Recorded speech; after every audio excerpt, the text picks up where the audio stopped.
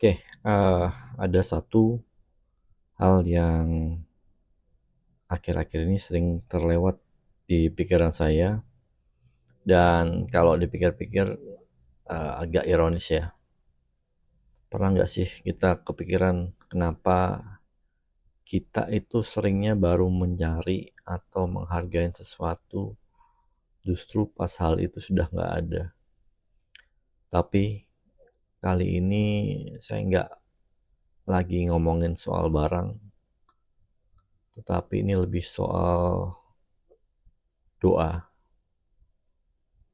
Jadi kalau mau jujur-jujuran, dulu saya itu tipe orang yang baru bakal mengingat Tuhan kalau sedang ada pikiran atau sedang lagi ada masalah saja.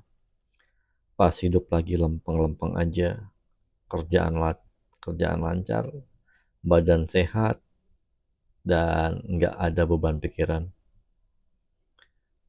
Ya, saya ngejalanin hari kayak biasa aja, lupa. Tapi begitu ada hal yang bikin bingung atau bertemu jalan buntu, rasanya mentok, baru di situ saya mendadak rajin berdoa. Dan anehnya begitu keadaan sudah mulai membaik dan masalahnya lewat, kebiasaan doa itu pelan-pelan hilang lagi. Saya balik lagi sibuk sama dunia dan rutinitas sendiri, dan kalau diingat-ingat sekarang polanya itu konsisten, datang pas butuh, terus pas udah aman, safe, ya pergi lagi. Dan lucunya itu berlangsung bertahun-tahun. Dulu saya nggak ngerasa ada yang salah dengan pola seperti itu. Di pikiran saya waktu itu, ya mikirnya wajar kan seperti ini. Namanya juga orang berdoa ya pas lagi butuh bantuan aja.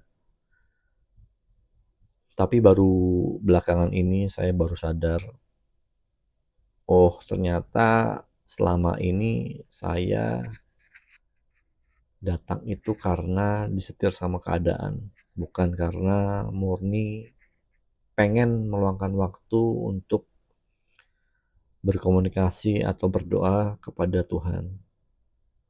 Saya enggak lagi pengen menyalahkan diri saya yang dulu.